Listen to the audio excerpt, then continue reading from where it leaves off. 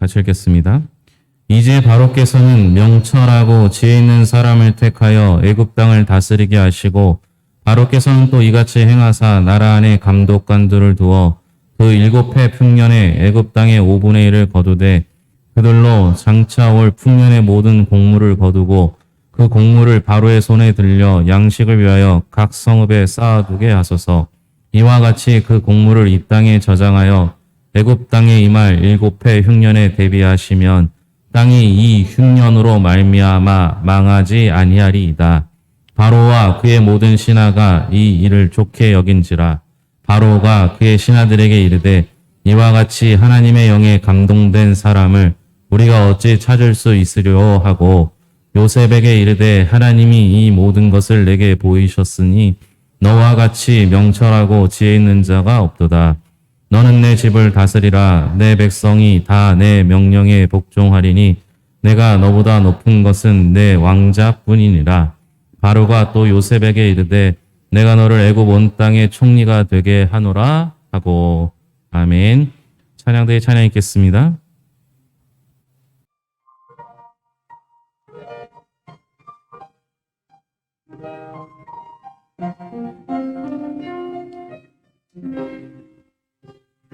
우리 영혼에 주가 주신 거짓이 않는 빛인데 오직 주님께 우리들에게 그 빛을 밝혀 주시라.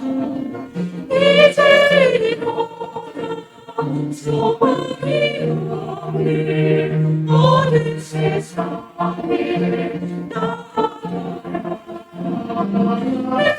빛쳐라 모든 알고 빛을 보고 세상으로 빛을 보고 세상으로 절망 형제의 마음을 정확하게 비치네. 주님을 떠나 다가가는 자에도 그 빛의 생명 잃어가리. 모든 속에서 고통받는 자 일으키라. 빛쳐라 모든 알고 빛을 보고 세상으로 빛을 보고 세상으로 우리 맘속에 밝게 빛나는 주를 향한 사랑 빛인데 그 모아주게 기도드릴 때 응답하시니 시시하게 연약한 자를 그의 앞에 감사주라. 모든 알고 빛을 보고 세상으로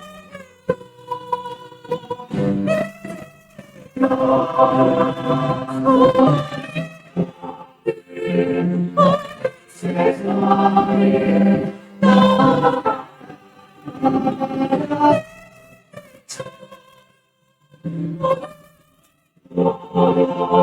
빛을 들고 세상으로 빛을 들고 세상으로 빛을 비춰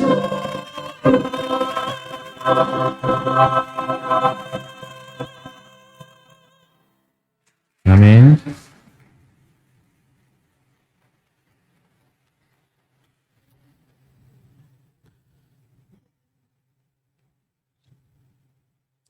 오늘 성가대 찬양이 좀 어려웠죠? 예.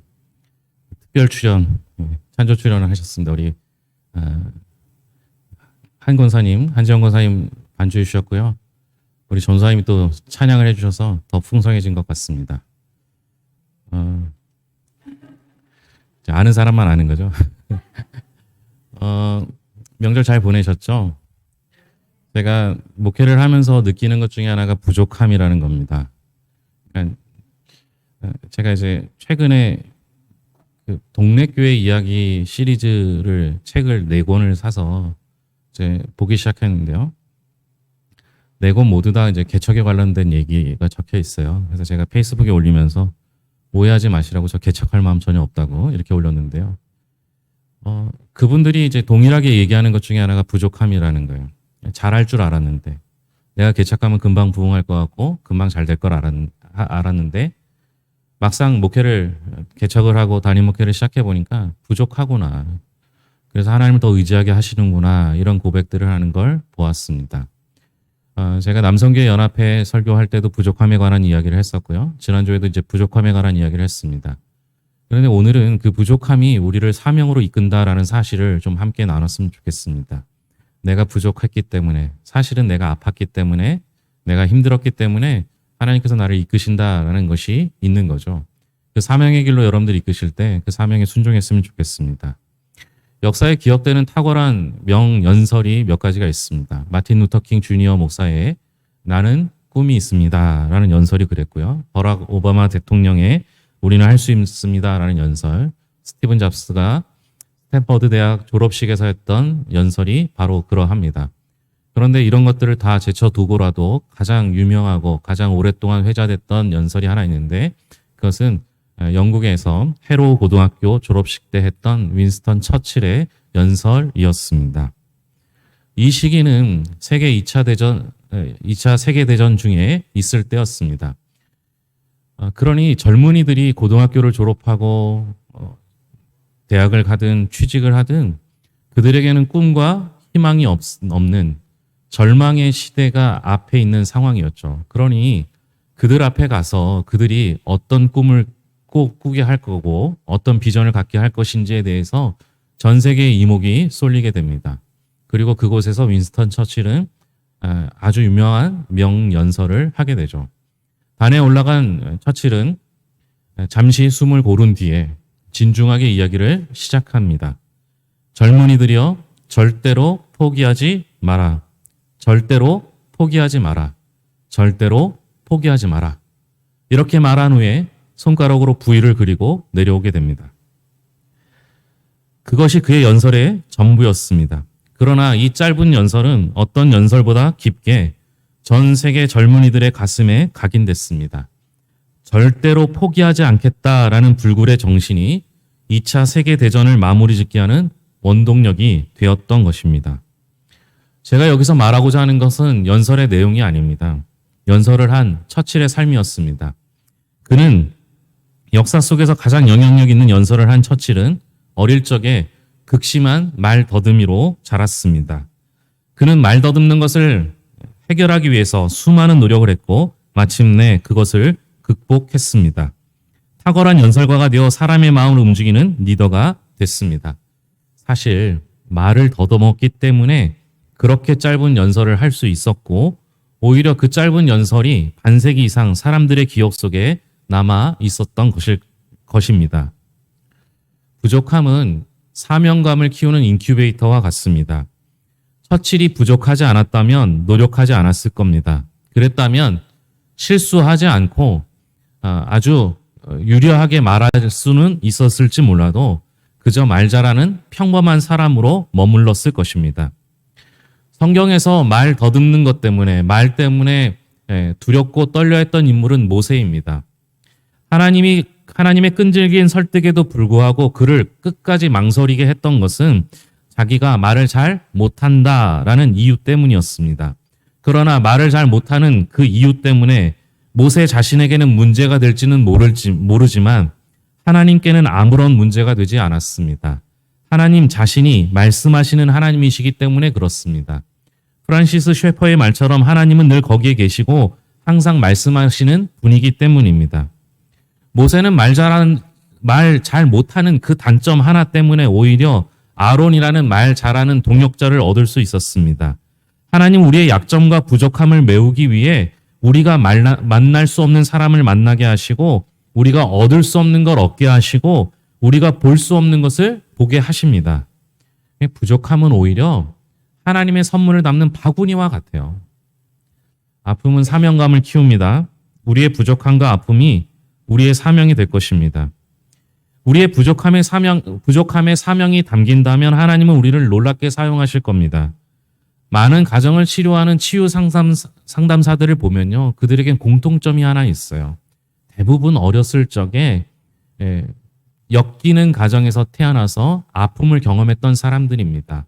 그래서 자신과 같은 어린 아이들이 아픔을 경험하지 않도록 돕고 싶어 가정 치유 사역에 몸 바치게 되었던 것이죠. 부족함을 방치하면 아픔이 되지만 부족함에 사명을 담으면 놀랍게 쓰임받을 수 있습니다. 실패는 성공의 어머니라는 말이 있습니다. 하지만 실패가 반드시 성공으로 이어지는 것은 아닙니다.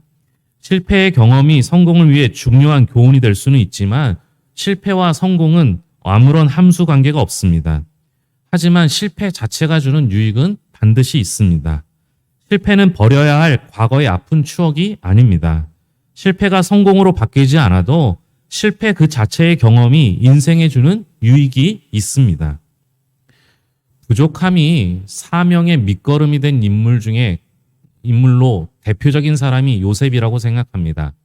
저는 성경에서 두 인물, 요셉과 다니엘은 사실은 부끄러워 쳐다볼 수도 없는 사람입니다. 요셉과 다니엘은 그 어려운 시기에 태어나 여러 가지 고난을 당했음에도 불구하고 단 한 번도 실수하는 것 같이 안 보입니다.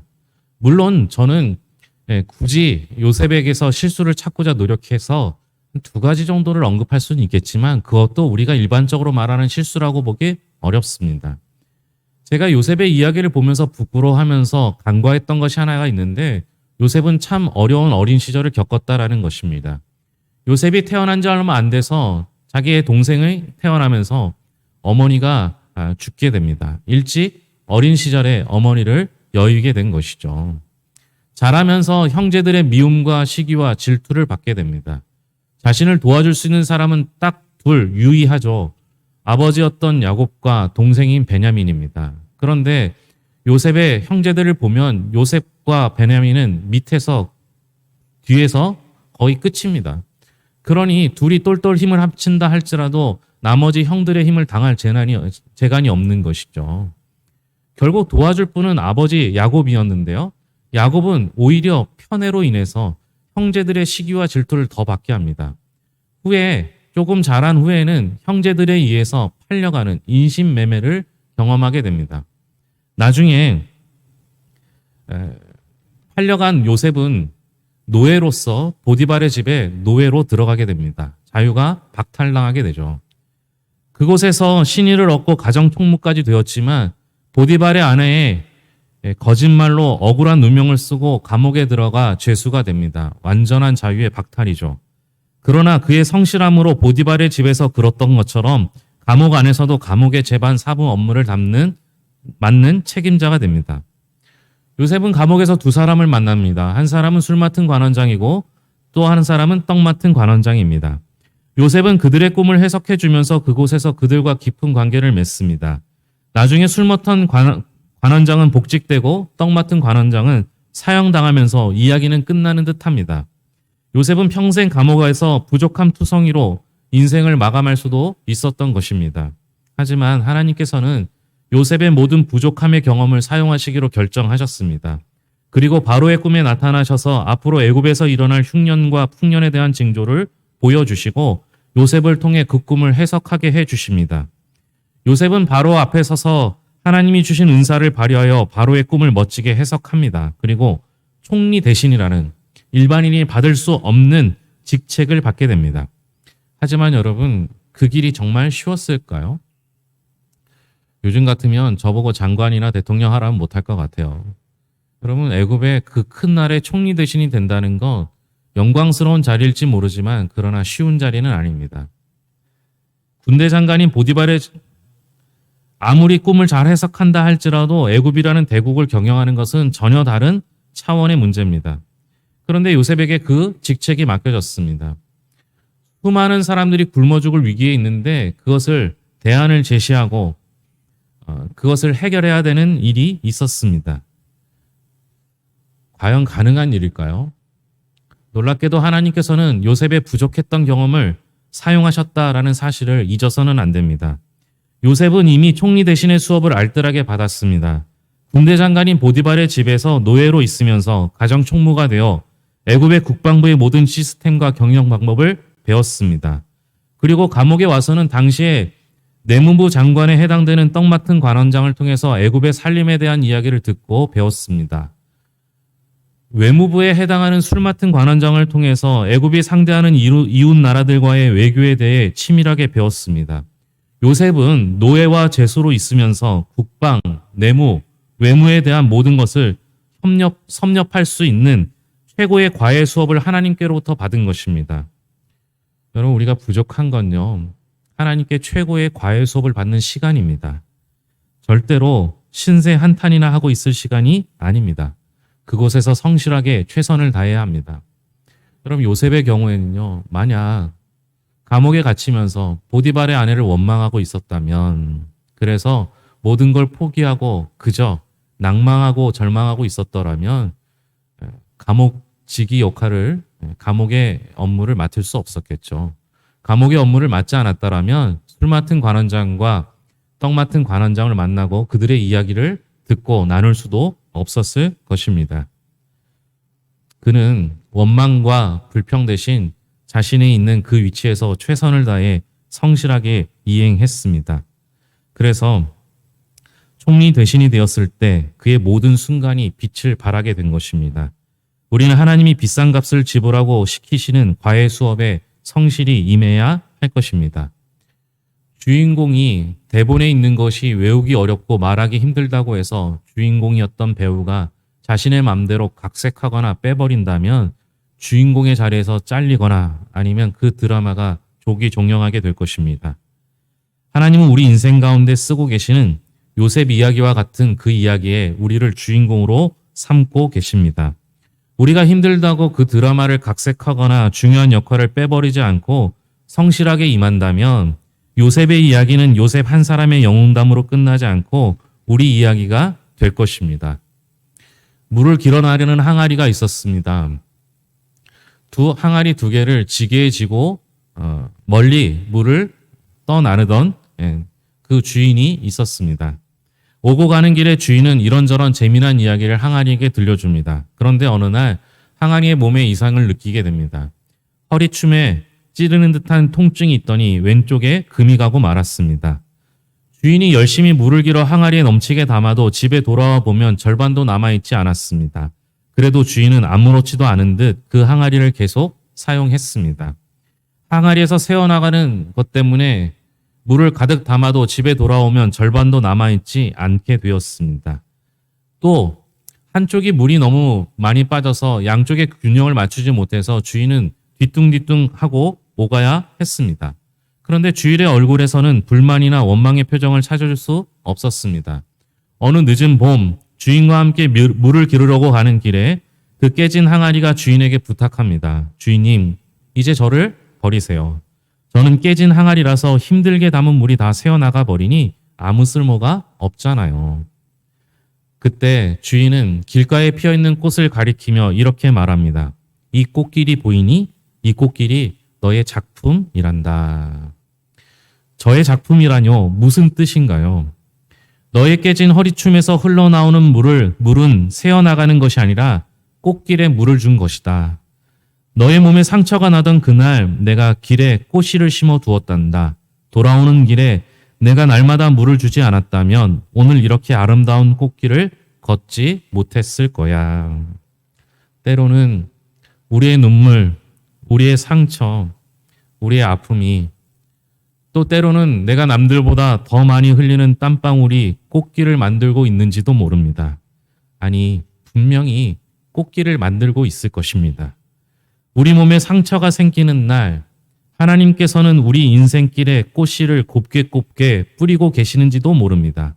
그리고 우리의 상처에서 흘러나오는 눈물 한 방울 한 방울로 꽃길을 준비하고 계시다가 우리가 더 이상 힘들어 한 발자국도 옮길 수 없을 때 우리 앞에 아름답게 피어있는 꽃길을 보여주실 것입니다. 그리고 보이니 이것이 너의 작품이란다. 저의 작품이라뇨. 너의 아픔이 시작되는 날 난 너의 인생길에 꽃씨를 심었지. 넌 눈물을 흘린 게 아니라 꽃길에 물을 준 거란다. 부족함은 사명을 키워내는 엄마의 자궁과 같습니다. 그래서 바울은 갈라디아서에서 자신의 몸에 난 상처를 그토록 영광스럽게 생각하고 자랑했는지도 모릅니다. 그 상처가 무엇이었든지 오히려 그 상처는 아무도 나를 괴롭게 하지 말라는 요지부동의 믿음을 갖게 만들었습니다. 그리스도 앞에 자기 자신을 굳게 안착시키는 배의 닷 같은 역할을 했던 것이죠. 원고를 마무리하면서 제가 고민했던 것이 있습니다. 하나님께서 저를 왜 괴산에 보내셨을까라는 거였습니다. 제가 이곳에 35에 왔습니다.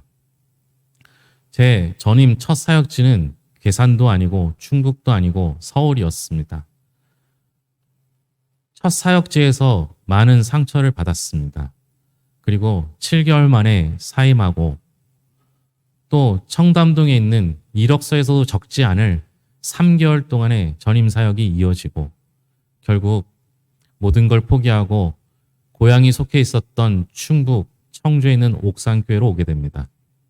그리고 거기서 3년 정도의 사역을 마치고 괴산으로 오게 되었습니다. 제가 이곳에 올 때는 다른 생각할 겨를이 없도록 하나님이 밀어 넣으셨습니다. 거부할 수도 안 간다고 말할 수도 없는 그 상황으로 하나님께서 정말 막다른 길로 몰아넣으셔서 저를 이곳에 보내셨습니다. 흔히 말하는 목회자로서, 목사로서 엘리트 코스를 밟지 않았습니다. 우리 교단의 가장 좋은 학교를 가지도 못했고 대학원도 목회 연구 과정이라는 짧은 과정을 하고 왔습니다. 물론 제가 중간에 딴 일을 한 적이 없기 때문에 이른 나이에 목사가 되었고 이른 나이에 담임이 되었습니다. 그런데 여러분, 제가 엘리트 코스를 받고 아무런 상처가 없었더라면 한 명도 없는 교회에 부임하는 것 당연히 거부했을 것입니다. 그런데 하나님께서 저를 궁지로 몰아넣으시고 거부할 수 없는 상황으로 만드셔서 이곳에 부임케 하셨습니다. 이곳에서도 그저 할 수 있는 것이 없기에 전도하는 일밖에 하지 못했고요. 그리고 이곳에서 사역하는 동안에 저의 부족함을 더 많이 느끼고 더 힘든 순간을 보냈습니다. 지금까지 오는 동안에 장로님을 세울 때마다 제가 병을 얻었고 힘든 순간을 겪었습니다. 10명 이상이 떠나가는 2번의 어려움을 겪었습니다. 그러면서 제 실력이 아니라 제 능력이 아니라 하나님의 도우심이 있었다는 사실을 알게 되었고 그렇기 때문에 성도들 위해 군림하는 목사가 아니라 성도들과 함께 동역하는 목사로 설 수 있게 되었던 것입니다. 그래서 그런지 우리 교회는 다른 교회에서 상처받고 온 분들이 처음에 초기 멤버가 되어주셨습니다. 그 교회에서 열심히 사역하시다 동역하다가 여러 가지 오해로 때로는 상처로 우리 교회로 찾아와서 정말 다윗이 상처난 사람들과 함께 시작했던 것처럼 저도 그렇게 시작했습니다. 그래서 그런지 서로에게 위로가 되어 주었습니다. 제게도 위로가 되어 줬고 저의 상처가 그들에게도 위로가 되었습니다. 그것이 우리 교회가 이렇게 자라는 밑거름이 되었던 것이죠.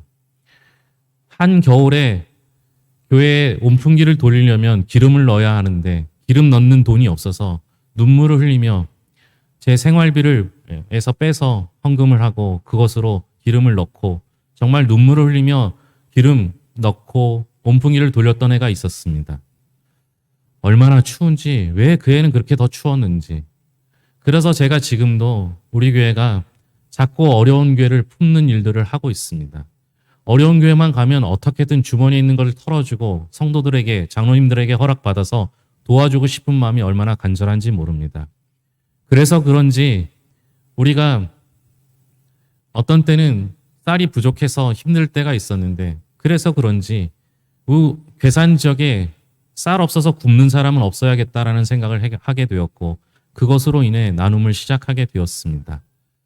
여러분, 우리 교회는 상처가 많은 교회였습니다. 저는 상처가 많은 목사였습니다. 여러분들도 그렇지 않습니까? 여러분들이 이곳에 오실 때까지 여러 가지 상처를 받지 않았습니까? 어떤 이들은 몸이 너무 연약해서, 어떤 이들은 너무 주변의 시기와 질투로 인해서, 어떤 이들은 가진 게 없어서 아픔과 상처를 쌓아두고 계시지는 않았습니까? 그런데 하나님께서 여러분들을 이 교회에 보내시고 우리를 통하여 꽃길을 만들고 계셨다는 사실을 알고 계셨습니까? 하나님은 그렇게 여러분들을 사용하십니다. 여러분들의 아픔과 상처를 사용하셔서 여러분들보다 훨씬 더 아프고 힘든 사람을 섬기게 하셨습니다. 이게 어쩌면 우리 교회의 사명일지 모르겠습니다. 여러분들의 실패가, 여러분들의 좌절이, 여러분들의 아픔과 상처가, 그것을 통해서 하나님께서 여러분들을 사명자로 부르시고 그 사명에 순종할 때 우리 교회가 아니라 우리 교회 밖에 꽃길이 형성되는 겁니다.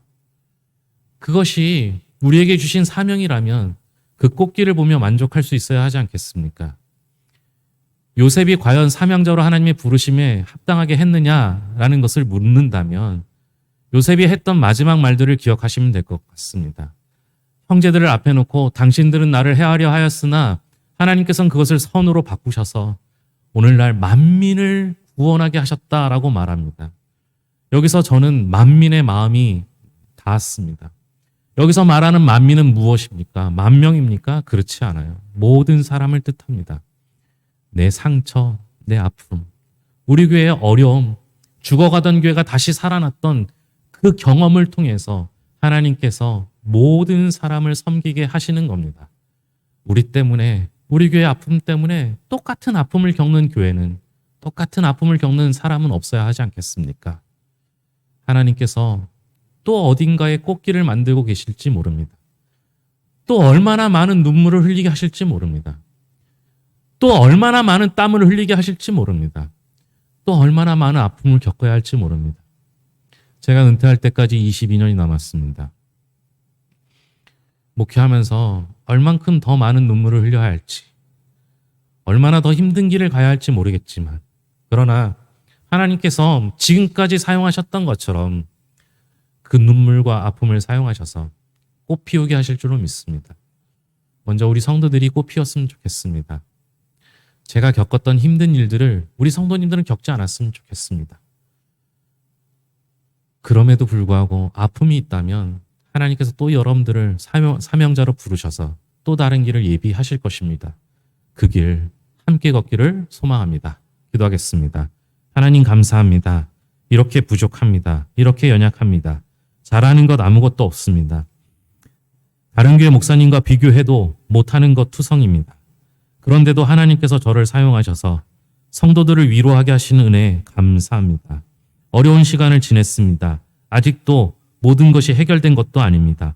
그럼에도 불구하고 하나님께서 저를 사용하여 주심을 감사합니다. 제 아픔, 제 슬픔, 제 어려움을 우리 성도들은 겪지 않게 하여 주시옵소서. 똑같은 이유로 우리 성도들을 사용하실 줄로 믿습니다. 우리 성도들 몸이 연약해서 아픈 사람을 더 걱정하고 염려하고 기도합니다. 우리 성도님들 경제적으로 어려워서 가난한 사람들에게 눈을 돌리고 그들을 도와주고 싶어 합니다. 하나님 아버지, 여러 가지 상처로 자녀에 대한 아픔 때문에, 부모에 대한 기억 때문에, 배우자 때문에 힘들어했던 그 모든 상처들 때문에 다른 사람을 위로하는 상처 입은 치유자가 되게 하시니 감사합니다. 우리 교회 그동안 힘들었기에 하나님 아버지, 연약하고 미자립된 교회, 그 교회와 그 교회 목사님들을 섬기는 일을 할 수 있게 하심을 감사합니다.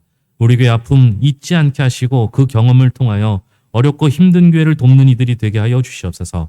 우리 교회가 이곳에 머물러 있기에 괴산의 꽃길만 가득하길 소망합니다.